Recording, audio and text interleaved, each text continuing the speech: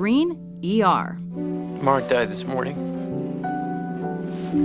at 6:04 a.m. Long before Grey's Anatomy took on the mantle of medical show that kills off everybody, ER made the gutsy decision to give main character and hospital heart Dr. Mark Green brain cancer.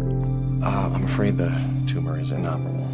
He spends the better part of his final season steadily deteriorating, allowing fans a painful bedside view of his final days. Be generous with your time, with your love, with your life. The worst part was that he left a note to all his colleagues, telling them what they meant to him. As much as part of me would like to believe that the ER can't go on without me, the smarter part realizes that you're an incredible group of doctors and nurses who approach every day with such skill, compassion, and thoroughness that when it comes to patient care, I know my absence will hardly be felt. Number 7, Wallace, The Wire. On the streets, everyone is fair game, even kids. The point is, anybody who can hurt you can be put into play. And especially if they're a snitch. Wallace ain't no snitch. That's what happened to Wallace when he got on the wrong side of Stringer Bell. You got heat?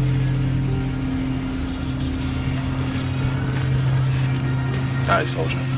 Though he tries to quit the thug life, he gets bored and ends up back on the wrong side of Baltimore. That's when the people he trusts most turn on him. He's a weak-ass man. It's the last mistake he ever makes. It's us, man.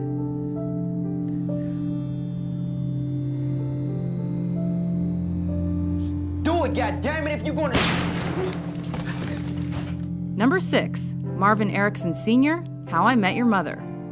Even secondary characters' demises pack a punch. Marshall gets his lovable goofball tendencies from his dad, and this father-son duo tells each other everything. Your dad called. He wants to know if you have any sixes.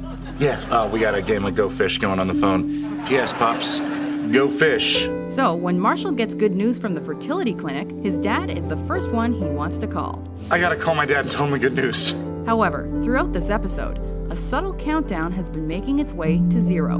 When it gets there, that's when Marshall gets the bad news. Your father, he had a heart attack. He didn't make it. My dad's dead? But at the very least, he had some memorable last words to remember him by. Anyway, your mom and I had such a great time seeing you. I love you. Number 5, Charlie, Jin, and Son, Lost. It's a show about a plane crash. People die. But do the deaths have to be so sad? Which is worse, Charlie, who sacrificed himself to save everyone by delivering an important message with his final ounce of strength? Or Jin and Son, who spent ages apart only to be reunited for what seems like 5 minutes? Jin? Son!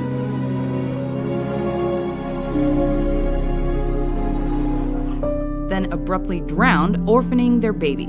I love you, son. I love you. Let's call it a tie. Poor Hurley. Where's Charlie?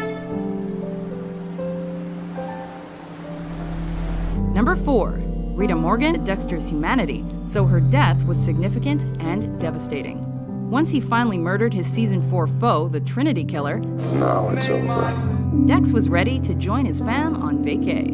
But this is what he comes home to. Rita. The cherry on the sundae, the crying baby covered in his mother's blood. Born in blood. Both of us. Number 3, the 10th Doctor, Doctor Who. I can still die. If I'm killed before regeneration, then I'm dead. This is one show where you can't get too attached to the main character. The Doctor regenerates every few seasons, bringing in a new actor for the lead role. I could do so much more! So much more! But when the fan-favorite 10th Doctor meets his maker, it left fans a blubbering mess. After he selflessly sacrifices himself, he gets the chance to say goodbye to his companions. But it's his final words that make this a tearjerker. I don't want to go. Number 2, everyone, Game of Thrones. Which infamous episode 9 do we discuss first? Bring me his head. The one where the loving father desperately searches for one last look at his daughter before he's beheaded by the spoiled boy king? Or the one where an entire family is slaughtered, including a vengeful son, The Lannisters send their regards. his loving wife, their unborn child, and the newly widowed Lady Stark. There isn't enough Kleenex in the world for this sob fest. Screw you, George R.R. Martin.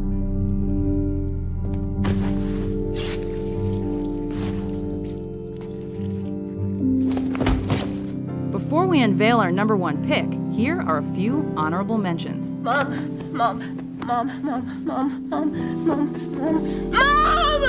Well, if you're watching this, I'm glad. Because it means you're safe.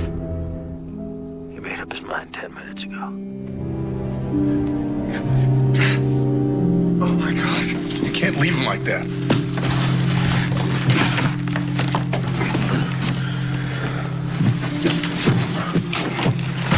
Henry Blake's plane was shot down over the Sea of Japan. It spun in. There were no survivors. You've given me a wonderful life. I love you all.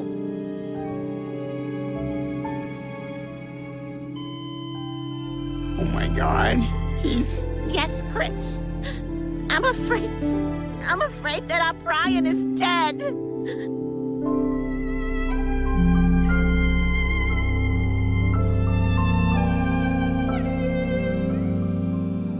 Number 1, Seymour Ass's Futurama. When you're cryogenically frozen and end up a millennium in the future, you're gonna leave some loved ones behind. That a boy, Seymour. Right here waiting for me as always. Just like that huge mushroom in my shower. Fry left his beloved pooch Seymour, whom he discovers as a fossil in the future. While Fry doesn't know how his friend died, we do. After waiting patiently for his master